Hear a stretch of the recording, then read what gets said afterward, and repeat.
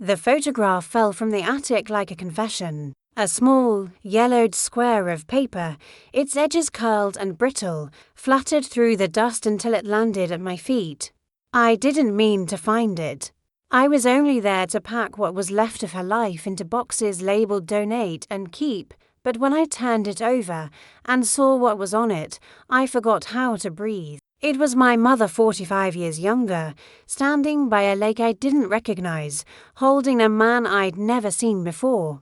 Her smile, it wasn't the polite, tight-lipped smile I'd known my whole life. This was something else. Wild. Alive. Like she belonged somewhere else, someone else. That was the moment everything shifted. The air in the attic thickened, like the house itself was holding its breath. My mother had been gone for 3 months. Pancreatic cancer. Slow, cruel. The kind of illness that steals someone piece by piece until there's almost nothing left but apologies. I'd spent years taking care of her, years trying to understand why she was so distant, so afraid of touch, so allergic to happiness. And now, in my hands, I held proof that once long ago she wasn't afraid at all. The back of the photograph had one line, written in her handwriting, faded but still legible, for the life we never got to live. 1978, she would have been 23. That was the year she married my father. Only the man in the picture wasn't him. I remember sitting down on the old attic floorboards, my heart hammering against my ribs, the smell of cedar and mothballs surrounding me. The silence was unbearable. I tried to tell myself it was nothing, a friend, a cousin, someone harmless, but the way she looked at that man made the lie crumble before it even formed. For years, I'd been told my mother was fragile, that she'd been through things she couldn't talk about. My father always said she was better left in peace. I never questioned it. I was raised to believe that love meant silence, that protecting someone meant pretending not to notice the cracks. But now, staring at that photograph, I felt something ignite inside me, anger, curiosity, grief, maybe all of them at once. I went downstairs, clutching the picture like evidence. The afternoon light was bleeding through the lace curtains, making everything look like a faded memory. My mother's house was still exactly as she'd left it, porcelain angels on the mantel, a jar of buttons on the kitchen shelf, her glasses folded neatly by the telephone. I sat at the table where she used to read the newspaper every morning, and I whispered to the empty room, "Who are you, Mom?" The refrigerator hummed in response. Somewhere in the distance, a dog barked. For the first time in months, I cried. Not the quiet kind, but the kind that comes from realizing you've lived your whole life inside someone else's lie. That night, I couldn't sleep. I kept the photograph on my nightstand, under the lamp, as if the truth might glow through it if I looked long enough. The man's face haunted me, his eyes soft but determined, his hand resting protectively on her shoulder. There was a tenderness there I'd never seen between my parents. At 3 a.m, I got up and opened my mother's old jewelry box. Inside were tangled necklaces, a few silver rings, a faded ribbon, and an envelope sealed with tape so old it cracked at the edges. My name was written across it. My throat tightened. The postmark was from 1982, years after the photograph. I tore it open carefully. Inside was a letter written in her handwriting. The first line stopped me cold. If you're reading this, it means I never had the courage to tell you the truth. My hands trembled. I could feel my pulse in my fingertips. I read on, each word heavier than the last.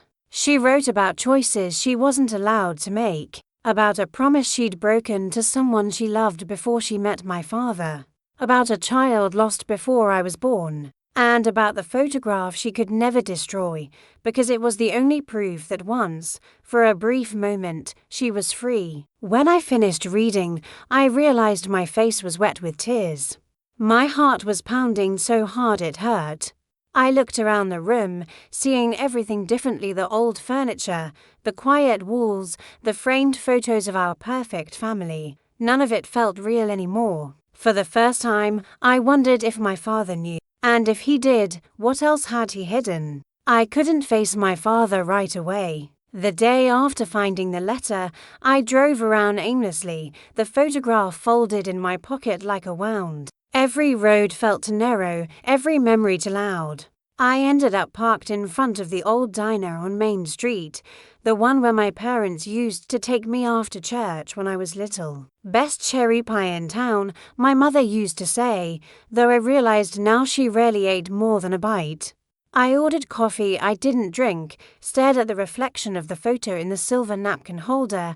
I kept trying to place the man's face. Something about him felt hauntingly familiar. The eyes, if you feel this story pulling at something inside you, that quiet ache for answers we never got, stay with me, there's so much more hidden beneath the silence. And if you believe some truths deserve to be heard, make sure to subscribe and leave your mark in the comments, because sometimes sharing a story is how we set it free. Maybe Dot or the way he stood slightly behind her, protective yet proud. There was tenderness there, the kind that doesn't fade easily. At 11 a.m., I dialed my father. He answered with the same calm, rehearsed tone he'd always used. "Hey, kiddo. How's the house coming along?" I hesitated. "I found something, Dad." "What kind of something?" "An old photograph. Mom and someone. From before you married." Silence. The kind that stretches until it hurts. When he finally spoke, his voice had dropped an octave. "You shouldn't go digging in the past. It doesn't help anyone. I just want to know who he is." Another pause. "He's nobody that matters." The way he said it cold, final, made something in me snap. He mattered to her. That's when he hung up. I sat there staring at my phone, heart pounding. He'd never raised his voice before, never needed to. My father controlled conversations the same way he controlled everything else, by ending them. But that silence told me more than any confession ever could. He knew exactly who that man was. That night, I went back to the house. The walls seemed smaller, the air heavier. I walked into my mother's room, searching for anything, letters, receipts, clues. Her drawers were neat, almost obsessively so, but behind her wardrobe, taped to the backboard, I found a small envelope, the paper discolored and curling. Inside were 3 things: another photograph of the same man, a ring without a stone, and a bus ticket dated June 19, 1978. Destination: Chicago. That's when it hit me, my mother had planned to leave. The man wasn't just some passing love. He was the reason she almost ran. I sat on the edge of her bed, holding that ring between my fingers. My mind flashed back to all the times she'd looked distant during dinner, her gaze drifting somewhere far away. I used to think she was bored or tired. Now I wondered if she'd spent 45 years trapped in a memory she could never escape. When I finally confronted my father 2 days later, it wasn't planned. I drove to his house in the rain, the photograph soaked from being clenched in my hand. He opened the door and looked older than I remembered. His hair had thinned, his skin pale from years of whiskey and regret. The smell of cigarettes clung to everything. "Why didn't you tell me?" I asked. My voice cracked halfway through. He looked at the photograph, then back at me. "Because it was over." "Because she chose me, did she, though?" He exhaled sharply, rubbing his forehead. "You don't understand. Back then, things were different. Her father, your grandfather, would have disowned her if she'd gone with him. He was no one important. No money, no name, no stability. And she didn't have the strength to throw everything away, so she married you instead. She made the right choice," he said. But the way his voice faltered betrayed him. I felt my anger surge. "You kept her prisoner in that house.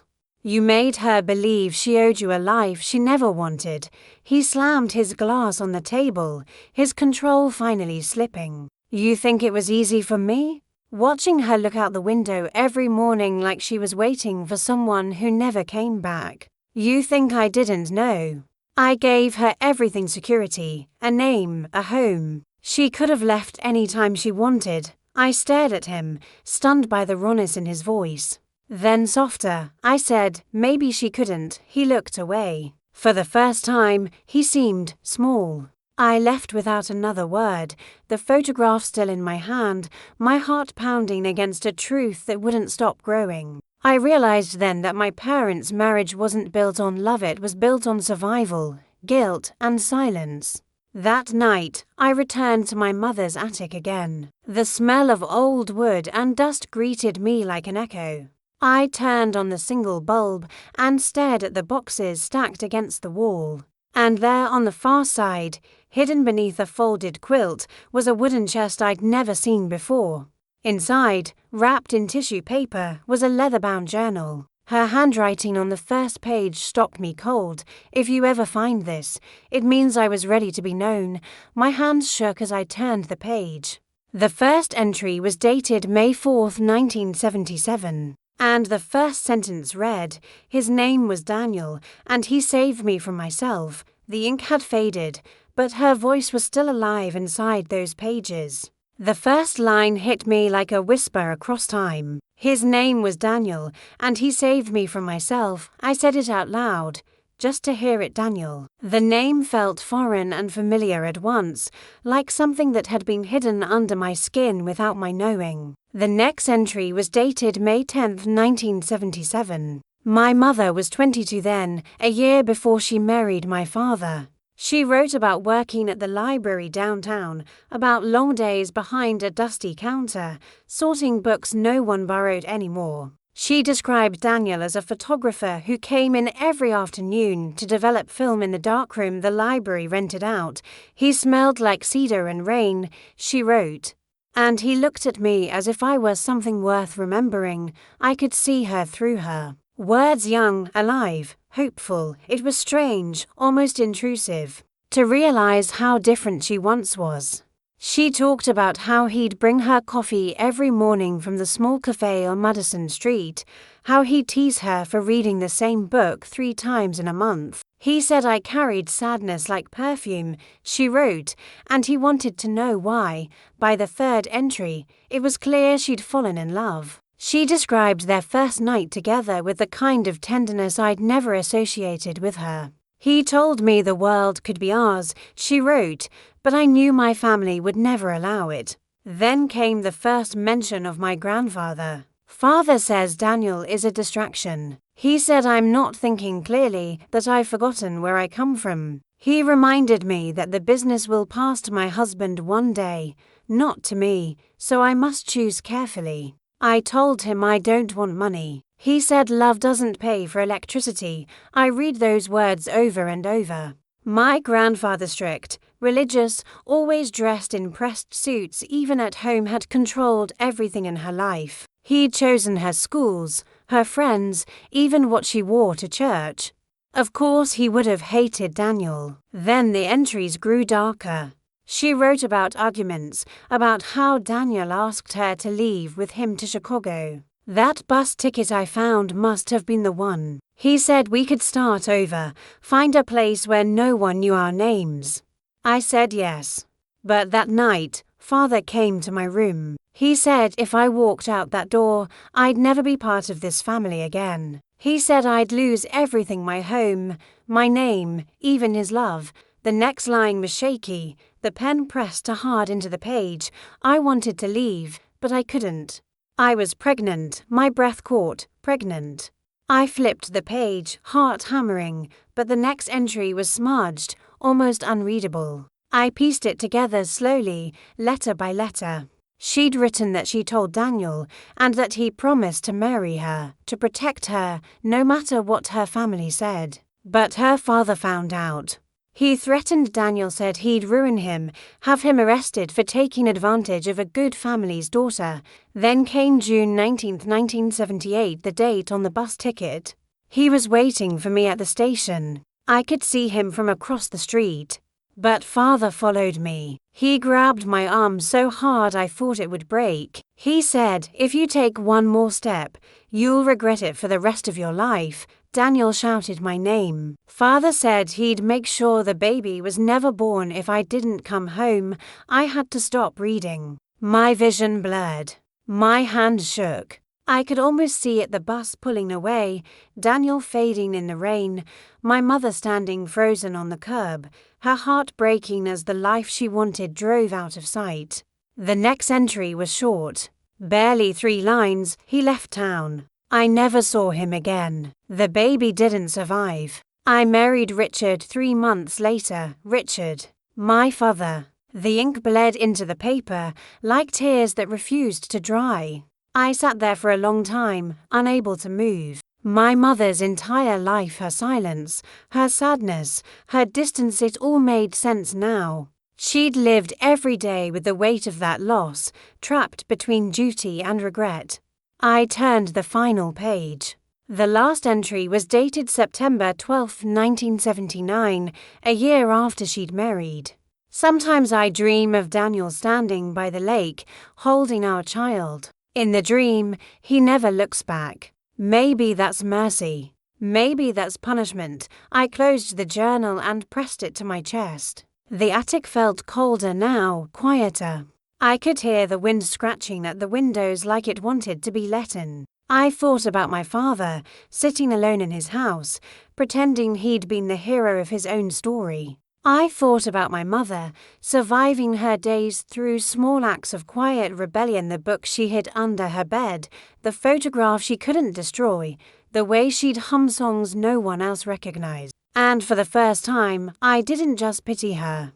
I understood her. When I finally stood to leave, something slid out from the back cover of the journal, a folded letter, yellowed and thin. The handwriting wasn't hers this time. It was rougher, slanted, unfamiliar. The letter was addressed to her. Dated July 3, 1978. Signed simply, Daniel. The paper felt fragile, like it could dissolve between my fingers if I breathed too hard. The ink had faded into a soft sepia, but the handwriting still carried urgency, uneven strokes, letters pressed deep into the page as if each word had been carved in desperation. I sat by the attic window, the journal open on my lap, the world outside a blur of late afternoon rain. I unfolded the letter slowly, half afraid of what it would say. My heart was already bruised from what I'd read, but this was different. This was his voice.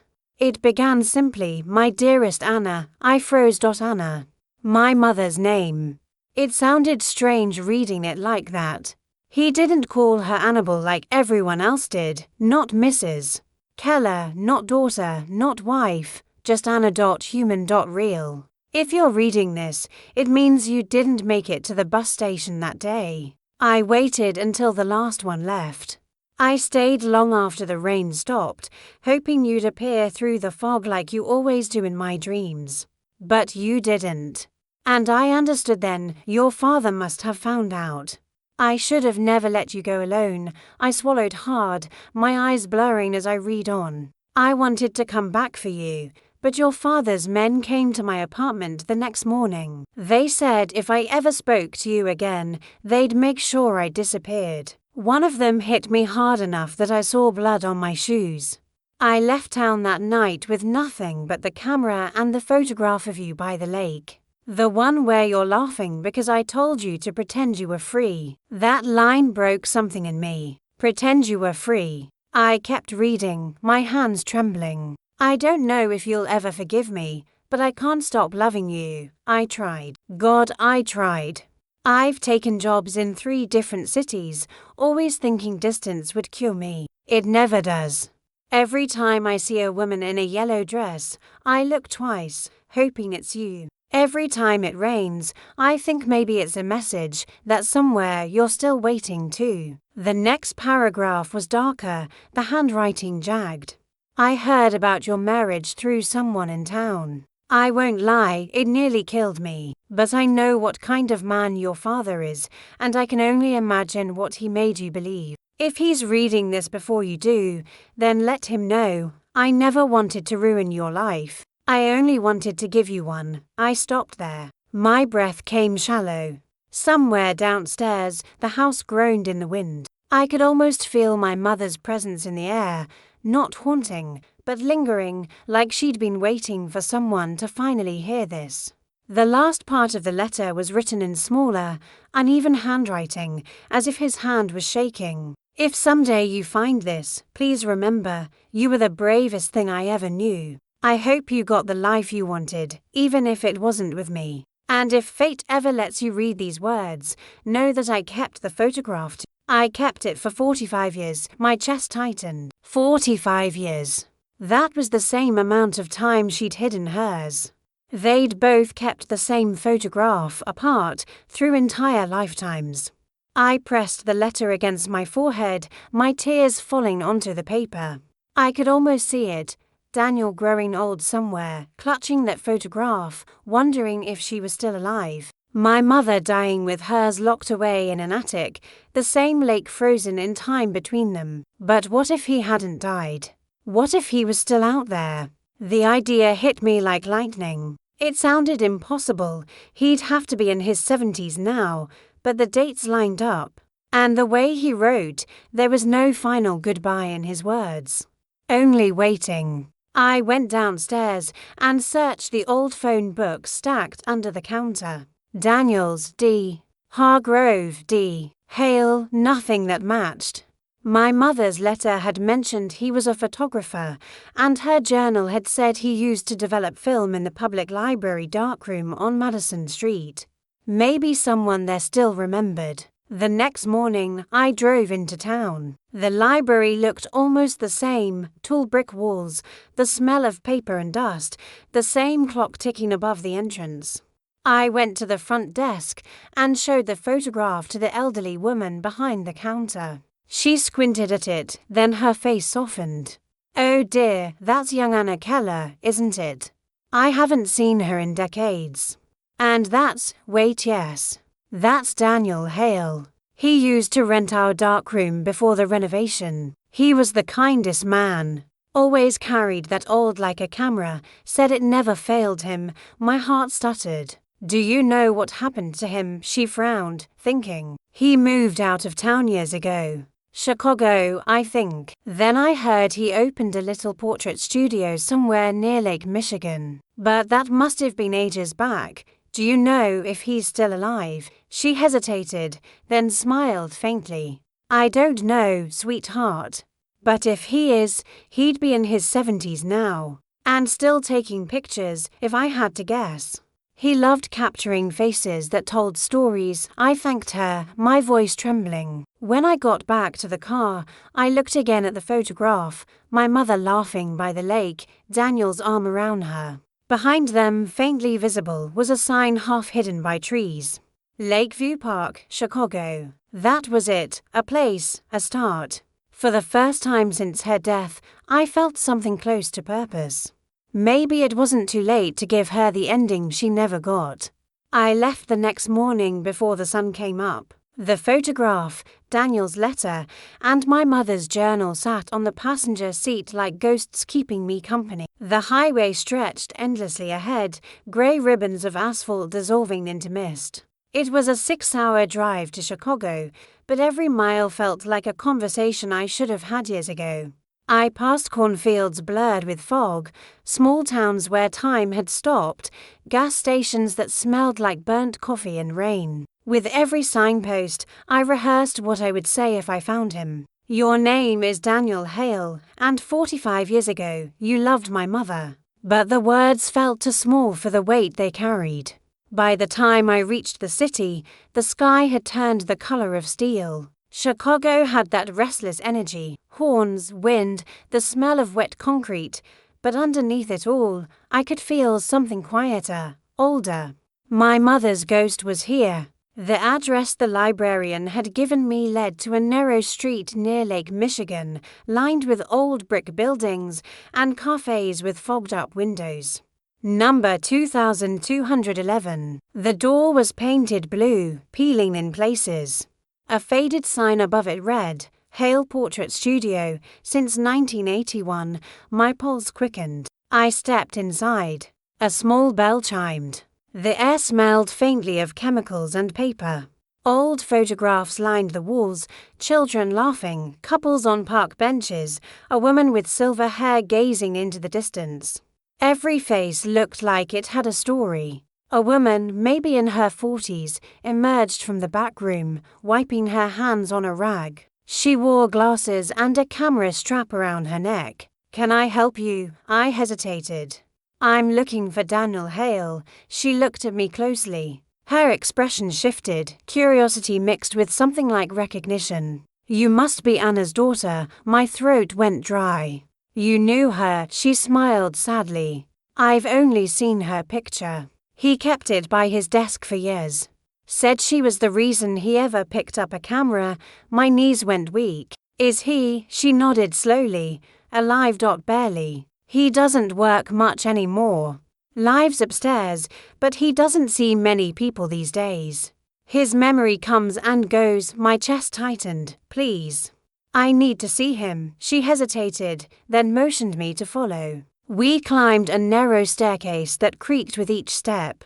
At the top was a small apartment, books stacked in uneven towers, cameras lining the shelves, the air heavy with the smell of dust and time. He was sitting by the window, wrapped in a grey sweater, a cup of tea untouched beside him. His hair was white now, his hands thin, trembling slightly as he turned a photograph over in his lap. When he looked up, his eyes, though clouded with age, were still sharp, still full of that quiet fire I'd imagined from the letters. "Murdoch Hale," I whispered. He studied me for a long moment. "Do I know you?" I stepped closer and placed the photograph on the table between us, the one of him and my mother by the lake. He stared at it, motionless, then exhaled as if the air had been knocked out of him. His hands began to shake. "Anna," he said softly, almost to himself. "My God, Anna." His voice cracked on her name. I sat down across from him, tears already welling. "She's gone," I said quietly. 3 months ago. He closed his eyes, and for a long time neither of us spoke. The rain began to fall again outside, tapping softly against the window. When he finally opened them, his gaze met mine steady, searching. "Who are you?" "I'm her daughter." He didn't speak for a while. He just stared at me as though trying to piece together the years between that photograph and now. "You have her eyes," he said finally. Then, after a long pause, she was the bravest person I ever knew. I nodded, unable to speak. He reached out with trembling fingers and touched the edge of the photograph. "I kept this," he whispered. "All these years. I used to think if I held onto it long enough, maybe she'd walk through that door again. She did, in a way," I said softly. "I know it's hard to keep watching, the lies, the heartbreak, the weight of what was buried for 45 years. But this is where it begins to unravel. So don't look away. Hit the like button if you're still here. Let me know in the comments what you would have done, and stay until the end. You won't see the twist coming." He smiled faintly, tears catching in the lines of his face. "I never stopped loving her, you know. Not for a single day." We sat in silence as the wind howled outside. He told me about his life after she didn't come to the station, how he'd moved to Chicago, opened the studio, never married. How every photograph he took after that carried some trace of her face. "I saw her in everyone," he said. In laughter, in tears, in light. Then his expression changed, a flicker of something unresolved. "But I never understood why she didn't come. I thought she'd changed her mind. I told myself it was easier that way, to believe she didn't love me enough. I swallowed hard, she did. She wanted to leave. But your letter, the one you wrote after the station, she never got it." He looked up sharply. "What do you mean? She died without knowing you'd written to her. Her father must have taken it. I found it hidden in her journal after she passed." His hand went still. For a moment, he didn't breathe. Then he whispered, "So she never knew?" "No," I said, my voice breaking. "But she kept your photograph. Every day. For 45 years. He leaned back in his chair, eyes glistening. 45 years, he repeated, his voice cracking. "That's a long time to love a ghost." The room fell quiet again. The rain softened to a drizzle. I looked around, at the faded photographs, the stacks of memories, the life of a man built entirely from what he'd lost. I reached into my bag and pulled out her journal, setting it gently on the table. "She wanted to be known," I said, "and I think she'd want you to read this." He stared at the journal like it was sacred. His fingers hovered over the cover, afraid to touch it. Finally, he opened it to the first page, and when he read her words, his face crumpled. I turned away, giving him the moment that should have been theirs. When I looked back, he was smiling through tears. "She wrote like she was still breathing," he whispered. "God, she never stopped loving me either, did she?" I shook my head, crying too. He reached for my hand, his grip surprisingly strong. "Thank you," he said softly, "for bringing her back to me. I didn't know then that this was only the beginning, that what he would tell me next would change everything I thought I knew about my mother's life, and about mine." The clock on Daniel's wall ticked louder than the rain. He sat there, the journal still open, his eyes glistening with the weight of 45 years that refused to stay buried. I thought we had reached the end of the story, that I had finally brought him the closure he deserved. But when he looked at me again, there was something else in his face. Something that looked like fear. He rubbed his thumb across the page, tracing my mother's handwriting as though memorizing it all over again. "She didn't tell you everything," he said finally, his voice low, rasped by years of silence. My stomach dropped. "What do you mean?" He exhaled slowly, his gaze drifting to the window. Outside, Lake Michigan shimmered behind the fog, grey and endless.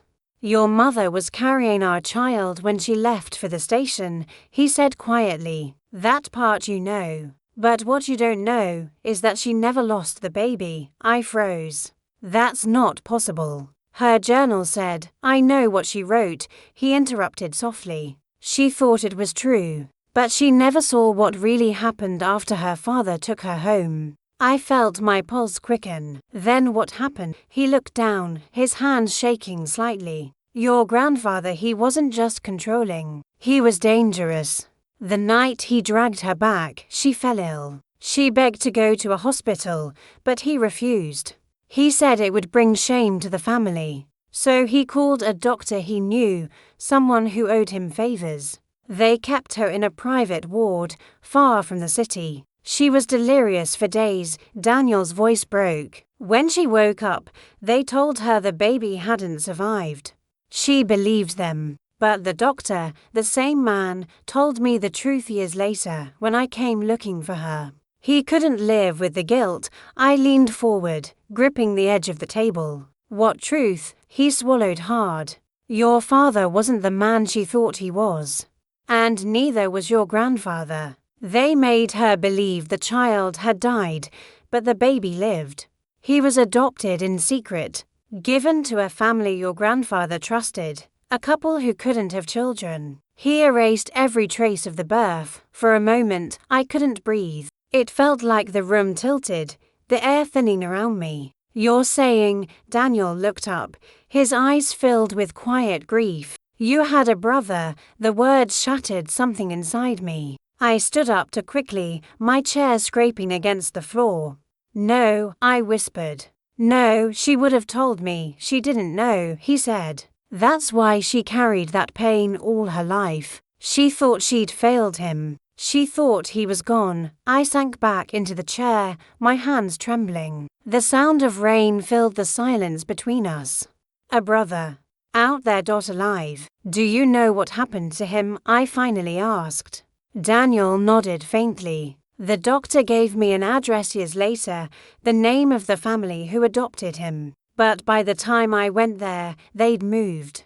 I searched for months, but the trail went cold." He reached into the drawer beside him and pulled out a faded envelope, its paper yellowed with age. Inside was a small birth record, the ink barely visible. Across the top, in a doctor's handwriting, "Male infant, born July 3, 1978. Below it, the name, David Carter. I stared at it, unable to process. "David Carter," Daniel nodded. "That's all I ever found." I thought about telling Anna. I almost did, in 1982. But she was already married, already building a new life. I told myself maybe it was better if she didn't know, if she could move on. He looked at me then, his voice trembling. But she never did she? I shook my head. No, she never did. We sat there in silence for a long time. The truth settled over us like dust, soft, invisible, suffocating. Everything I'd known about my family, my mother's sadness, my father's coldness, the silence that filled our home, it all made sense now. My entire life had been built on the lie my grandfather created to protect his reputation. After a while, Daniel spoke again. There's something else. I kept searching for David, even after I gave up hope of finding Anna. In 1995, I found a man who said he'd handled the adoption paperwork. He told me the Carters moved to Wisconsin when David was 5. After that, nothing. My mind was racing. If he was born in 1978, he'd be 47 now, alive, somewhere. Unaware that the woman who'd grieved him every day had never stopped loving him. I have to find him, I said. He deserves to know. Daniel smiled weakly. You have her fire. She would have said the same thing. I stood up and walked to the window. The city lights reflected on the glass like faint stars. I could see the lake in the distance, the same lake where that photograph had been taken. Everything had led back to this place. Behind me, Daniel's voice softened. If you find him, tell him I loved him too. I turned to him, tears burning behind my eyes. You could tell him yourself. He shook his head gently. No. My time's nearly over. But yours isn't. You can finish what she couldn't. He reached into his desk one last time and pulled out something small wrapped in tissue. When I unwrapped it, I gasped. It was another photograph, taken at the same lake, the same day, but this one was different. My mother's hand rested on her stomach, Daniel's hand covering hers. They were both smiling. She asked me to take this before she left that morning, he said quietly. She said she wanted proof that love existed, even if no one believed her. I held the photograph like a heartbeat. For the first time, I understood why she had hidden it all those years. It wasn't just a memory, it was a promise. And now it was my turn to keep it. I looked back at Daniel. I'll find him, I said. Even if it takes me the rest of my life. He smiled, the kind of smile that belongs to someone who's finally at peace. Then she'll rest too. Outside, the rain had stopped. The clouds began to break, letting the faintest trace of sunlight spill through. It fell across the photograph, catching their faces, young, hopeful, alive. For the first time, I saw it clearly. This wasn't a story about loss. It was about the love that refused to die, no matter how many people tried to bury it. The next morning, I packed a small bag and drove north before the sun rose. Daniel's words echoed in my mind with every mile. You had a brother. The name David Carter felt strange in my mouth, both familiar and foreign, like a melody I'd heard in another lifetime. I had nothing but a faded birth record, a state, and the faint hope that somewhere out there, a man in his 40s might share my mother's eyes. The road from Chicago to Wisconsin was long and wet. Early snow clung to the edges of the highway, and the cold gnawed through the windshield no matter how high I turned the heater. I remember gripping the steering wheel until my knuckles ached, replaying every moment with Daniel, every lie that had shaped my childhood. When I finally crossed the state line, I whispered, I'm coming, Mom, like a promise sent into the wind. The first stop was Milwaukee, where the Carter family had once lived. I spent 2 days combing through public records, old phone directories, even obituaries. Nothing. The Carter name was everywhere, too common, too ordinary. But then, at a dimly lit county office, an older clerk with round glasses and a gentle voice pulled a dusty file from a back cabinet. This one might interest you, she said, sliding it across the counter. It was a property transfer record dated 1984. The buyers, Thomas and Elaine Carter. The sellers, unknown. The location, Maple Ridge, a small town 3 hours north. I thanked her and stared at the paper for a long time. It wasn't proof, but it was a direction. Maple Ridge was the kind of town that time forgot. A single gas station, a diner with flickering neon lights, and houses that leaned under the weight of too many winters. I checked into a cheap motel on the edge of town, the kind with buzzing lights and a broken vending machine. That night, I lay on the bed staring at the ceiling, the photograph clutched in my hand. My mother and Daniel, smiling by the lake. She looked so alive, so unaware of what was about to be stolen from her. I fell asleep with that image burned into my mind. The next morning, I went to the local library, the kind that still smelled like dust and wood polish. I asked the librarian, an older woman named Ruth, if she recognized the Carters. Her eyes lit up immediately. "Of course I do," she said. "Tom and Elaine ran the hardware store downtown. Sweet people. They passed years ago, I think. Their boy still comes by sometimes. David, I believe." For a moment, I couldn't speak. My throat tightened. "David Carter," she nodded. Double quotes, yes. "He works at the auto shop across from the diner. Kind man. Keeps to himself." It felt like the air was gone from the room. After 45 years, I was one street away from the truth. I thanked her and walked outside, my pulse hammering in my ears. The town looked the same, but suddenly every face, every window, every sound felt electric. When I reached the auto shop, the sound of metal and engines filled the air. The smell of oil and smoke clung to everything. And then I saw him. He was standing by a pickup truck, wiping his hands with a rag. Dark hair flecked with grey. A strong build. There was something about his profile, the slope of his nose, the quiet focus in his eyes, that made my breath hitch. It was like watching a ghost. I stood there frozen, watching him move, unaware that his entire life was about to change. Finally, I walked closer. "Excuse me," I said softly. He turned. For a moment, I forgot how to speak. The resemblance was undeniable. My mother's eyes. My grandfather's jawline. He looked at me curiously. "Can I help you?" I swallowed hard. "Are you David Carter?" "Yeah," he said slowly. "Do I know you?" The question hit like a knife. "Do I know you?" I tried to steady my voice. "No, but I think I know who you are." He frowned, suspicious now. "Listen, if this is about a job or something—" "It's not," I interrupted. "It's about a woman named Anna." The name hung in the air between us. He blinked, confused.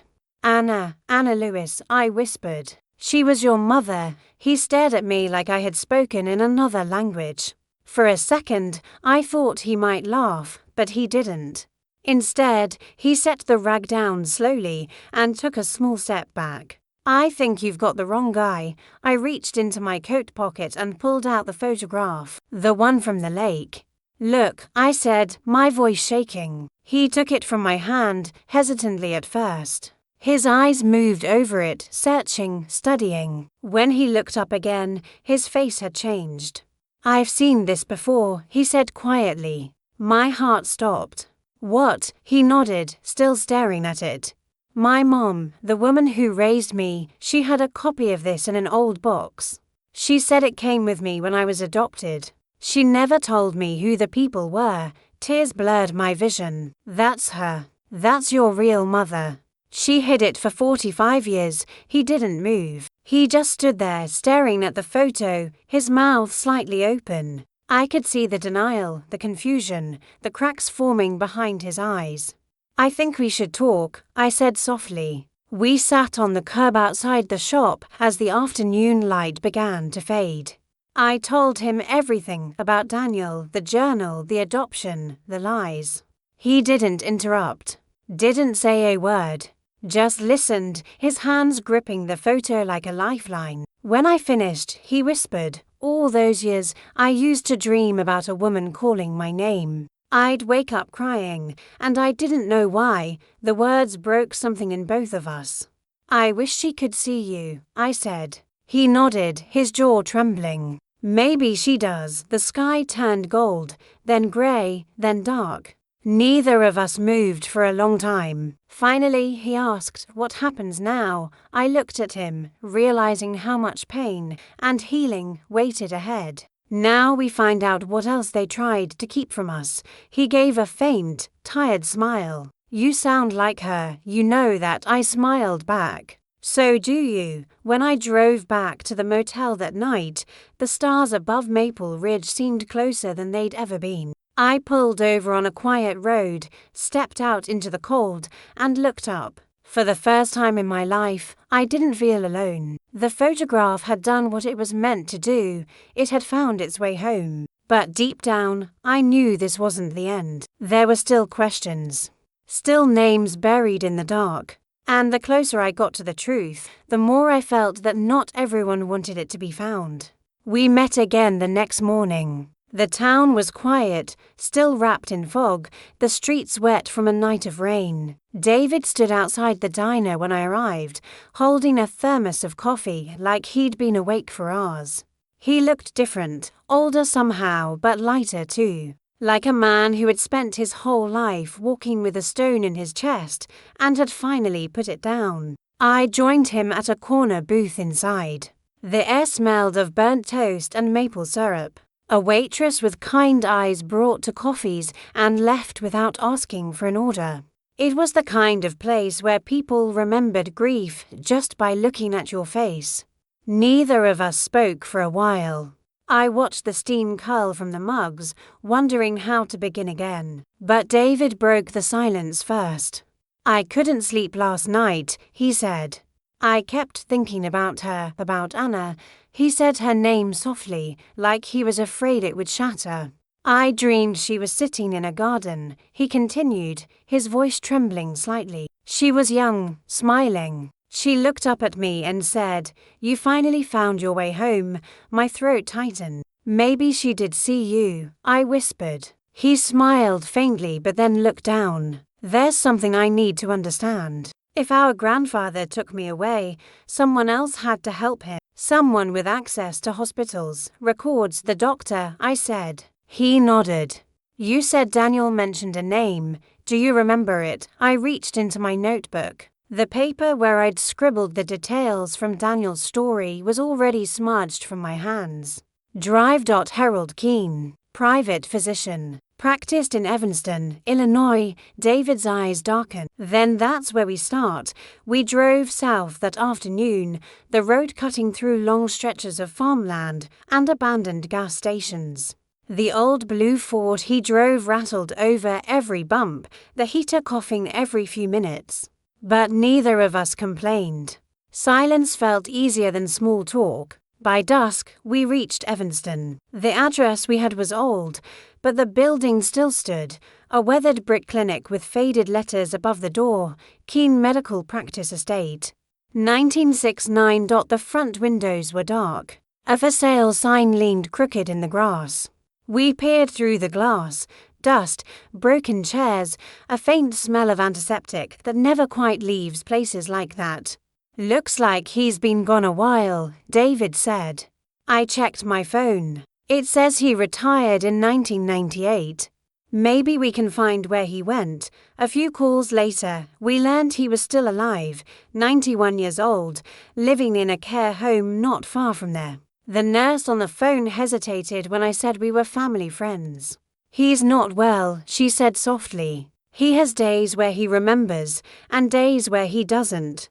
But you can visit." That night, I barely slept.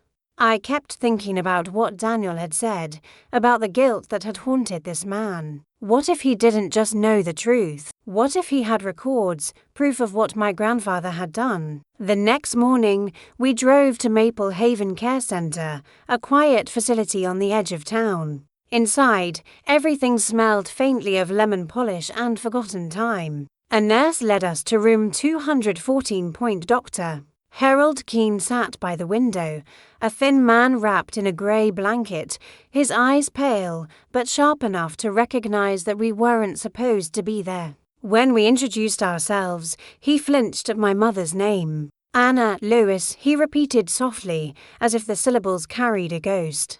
I stepped closer. "You remember her?" He nodded slowly. She was young, too young to have carried so much sorrow. David's hands tightened at his sides. You delivered me, he said quietly. You told her I was dead. The doctor's eyes flicked to him, then to me, then back to the window. I told her what I was ordered to tell her, he whispered. By who? I asked, though I already knew. He didn't answer. His fingers trembled as they reached for the small wooden table beside him. He pulled open the drawer and took out a yellow envelope. I kept this, he said. For years, I told myself I'd burn it. But the guilt, I took the envelope carefully. Inside were hospital papers, my mother's admission record, signed under a false name, a birth certificate with no parental details, and a receipt for a private adoption arranged 2 weeks later, signed by Thomas Lewis, our grandfather. David stepped back, his voice breaking. He sold me. The doctor didn't deny it. He wanted to protect his reputation, he said softly. He said it was for the good of the family. I believed him once. I told myself I was helping. Tears blurred my vision. You let her grieve her entire life, I whispered. He looked up at me then, his eyes wet, trembling. I tried to make it right.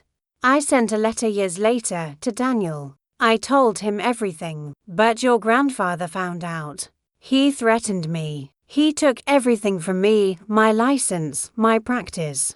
I never spoke again. David's jaw clenched. Why now? Because the old man said, his voice cracking, you came back. Maybe it's time the truth stops rotting in my hands. He motioned to the nurse, who brought over a small wooden box from his nightstand. Inside were 3 cassette tapes labeled July 1978, Patient AL. I recorded everything he said. Every conversation, every order he gave. If you want justice, it's in there. I took the box, my hands shaking. The weight of it felt biblical, like holding 45 years of secrets in one palm. The doctor leaned back in his chair, eyes distant now. Tell her, I'm sorry. He closed his eyes, and for a long moment, the room was silent except for the hum of the radiator. When the nurse checked on him minutes later, he was gone, his hand still resting near the empty envelope. David turned to me, his voice hollow. He waited for us. I nodded, unable to speak. When we walked out into the cold, the sun was setting behind the trees, staining the snow orange and red. The world looked like it was on fire. In my hands, the tapes rattled softly. They were the last pieces of proof, the voices of the dead, waiting to be heard. But deep down, I felt something darker moving beneath it all. Because if my grandfather had gone that far to protect his secret once, there was no telling what he'd done to keep it buried all these years. And as I looked at David beside me, I realized the story wasn't over. The photograph had led us to the truth, but the truth was only the beginning. We drove in silence for nearly an hour after leaving the care home. Neither of us spoke, though the weight of what we carried filled every inch of the car, the envelope, the box, the tapes. Each mile felt heavier, as if the road itself was bending under what we had learned. David's hands gripped the wheel tightly. His knuckles were white, his jaw clenched. I could see him replaying everything, every lie he'd lived, every question he'd never asked. When we finally stopped, it was by the edge of Lake Michigan, the same lake where the photograph had been taken. The water stretched out endlessly, grey and cold beneath the winter sky. We sat there for a long time, the cassette player balanced between us. The plastic case was cracked, the reels inside slightly warped from age. It smelled faintly of dust and metal, the scent of forgotten truths. Are you ready? I asked quietly. David exhaled, his breath fogging the air. No, he said. But let's do it anyway. The first click of the cassette echoed in the small space. Then static, soft at first, then growing. And then voices. A woman crying. It was faint, almost ghostly, but unmistakable. My heart stopped. Please, please, just let me see him. The voice was young, trembling. I didn't need to be told who it was. It was my mother. The sound of footsteps followed. A man's voice, cold, controlled. My grandfather. Enough, Anna. This conversation is over. You'll thank me one day. The girl's sobs rose again, raw and desperate. You can do this. He's my son. The pause. Then the slap, sharp, echoing like thunder inside the car. I flinched instinctively. He was your mistake, my grandfather said. And I've corrected it. David shut his eyes, jaw trembling. The recording continued, muffled cries, the sound of a door slamming, a man murmuring something to himself before the tape clicked to a stop. I felt sick. All those years, I had thought of my grandfather as stern but honorable, the quiet patriarch who built everything we had. But here, on this cheap plastic reel, was the truth, the sound of his cruelty immortalized. David rewound the tape and pressed play again. He listened, eyes unfocused, as though trying to memorize every breath, every pause. When it ended, he whispered, "He destroyed her." I nodded, unable to speak. We played the second tape. This one began differently, a conversation between the doctor and my grandfather. Their voices were calm, almost businesslike. "You'll handle the adoption discreetly," my grandfather said. "The Carters are reliable. I've arranged compensation. And the mother, Doctor?" Keen's younger voice asked. "She'll be told the child didn't survive. She's emotional, irrational. It's better this way." The doctor hesitated. "Mr. Lewis, you're being paid to follow instructions," my grandfather interrupted. There was a pause. Papers rustled. Then the sound of a pen scratching a signature. "You understand, Harold," my grandfather continued, "that none of this can come back to me. My reputation, my company, they cannot be stained by the mistakes of a foolish girl and a factory worker." I felt my hands curl into fists. Factory worker. That was how he had seen Daniel, not a man who loved his daughter, but a stain on the family's name. The tape clicked off again. David's voice was low, trembling. He treated people like possessions. Like lives were just pieces on a board he could move. I swallowed hard. And we've been living inside the story he wrote. The third tape was shorter. It began with the doctor again, his voice nervous. "Mr. Lewis, she's asking for the death certificate," my grandfather sighed. "Tell her it was misplaced. Tell her whatever you must. She'll forget. She's leaving the country next month anyway, and the child." A pause. Then his voice dropped lower. "He'll never know who he was." Click silence. I sat back in the seat, staring at the lake. The horizon was fading into darkness, the last light dissolving behind clouds. Everything I'd believed about our family, the legacy, the name, the pride, it all felt hollow now, like glass shattering from the inside. David leaned forward, elbows on his knees, his voice barely audible. "He stole everything from us." I nodded. "And he died believing he got away with it." The car was silent except for the soft creak of the wind. For a long time, we said nothing. There was nothing left to say. Eventually, David spoke again. "We can't just keep this to ourselves." "You mean we release it?" he said. "The tapes. The records. Everything. The world deserves to know what he did, what kind of man he really was." I looked at him, the flickering light from the dashboard painting his face in shades of blue and grey. He looked older now, not because of years, but because truth had finally taken its toll. "He built a legacy on lies," I said softly. "And maybe it's time we burn it down." He nodded once. Together, we sat there as the snow began to fall, thin flakes drifting against the windshield. The sound reminded me of static, the same static that had carried my mother's voice back from the dead. When we finally drove away, the lake disappeared behind us. But her voice stayed. It played in my mind again and again, a whisper carried by the wind, "Please, let me see him." And beneath the ache, I felt something shift, not peace, not yet, but purpose. For 45 years, she had been silenced. Now it was our turn to speak.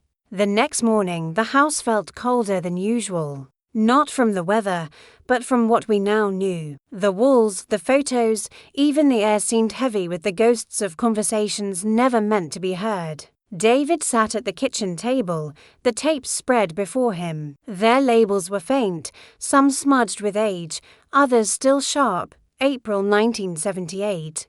Lewis Estate. Confidential. He ran his fingers over them carefully, as if afraid they might crumble. Then he said, almost to himself, he knew this would come out one day. I frowned. What do you mean? He slid a folder toward me, one we hadn't opened before. Inside was a letter, sealed with the family crest.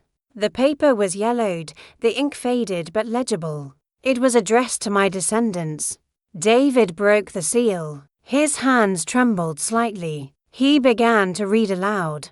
If you are reading this, then the house no longer belongs to me. You may have found the tapes, the ones I kept, not as shame, but as proof of what it took to protect this family. I felt my pulse quicken. Do not mistake silence for guilt. I made choices in an age when the world was different, when reputation could destroy generations. I did what I had to ensure the name survived. David's voice cracked. He kept reading. If you wish to judge me, do so knowing this. Your world allows you the luxury of morality. Mine did not. I took one sin to prevent 1,000. I lied to save you. The final lines were handwritten, shakier, almost desperate.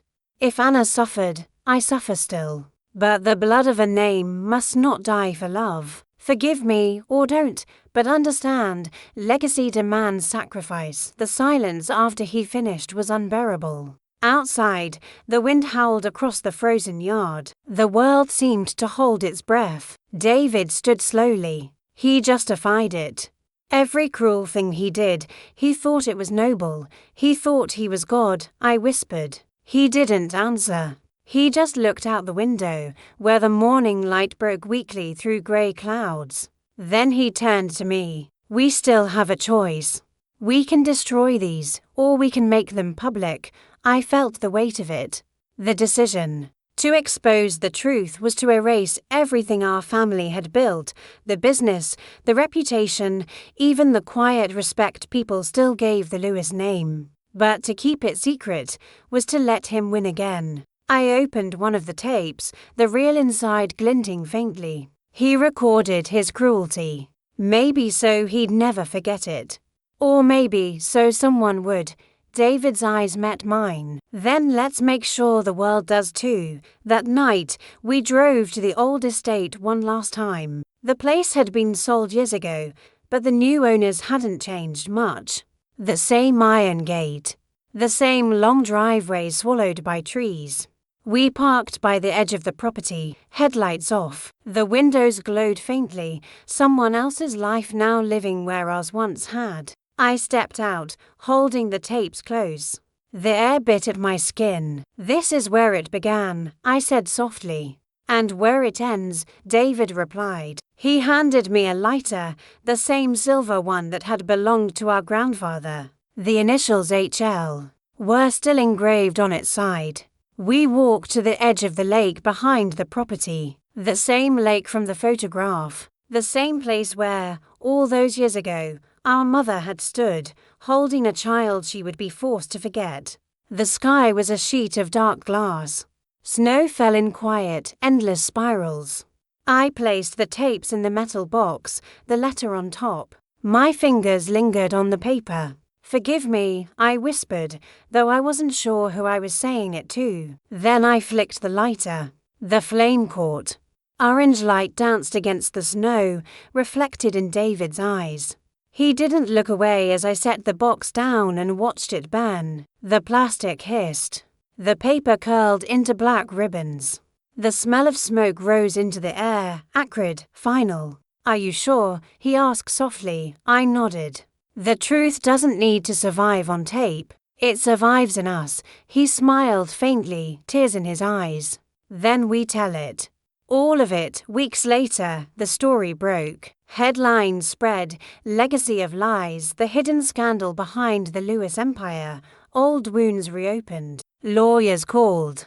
Reporters followed. But for the first time in decades, silence no longer protected the guilty. David started a foundation in our mother's name. It helped families separated by illegal adoptions. Every time a child found their parent again, it felt like one thread of our story being repaired. As for me, I returned to the lake every year. I'd bring a single photograph, the one she'd hidden for 45 years. It was fading now, the colors soft, but her smile was still there. And in the corner of the image, barely visible, the outline of a man's hand holding hers. Some truths I've learned are not meant to destroy. They're meant to set the living free. When I stand by that lake, I still hear her voice, not the broken sobs from the tape, but the gentle hum she used to sing to herself when she thought no one was listening. For 45 years, she carried silence like a stone. We buried the lies and let her memory breathe again. And now, when the wind moves across the water, I whisper to her, "They know, Mom. They finally know. If this story touched you, even for a moment, take a breath before you go. Leave a comment, tell me what you felt, and subscribe to keep uncovering the lives and secrets that time tried to erase. Because every hidden story deserves to be remembered, and maybe, just maybe, yours will be next."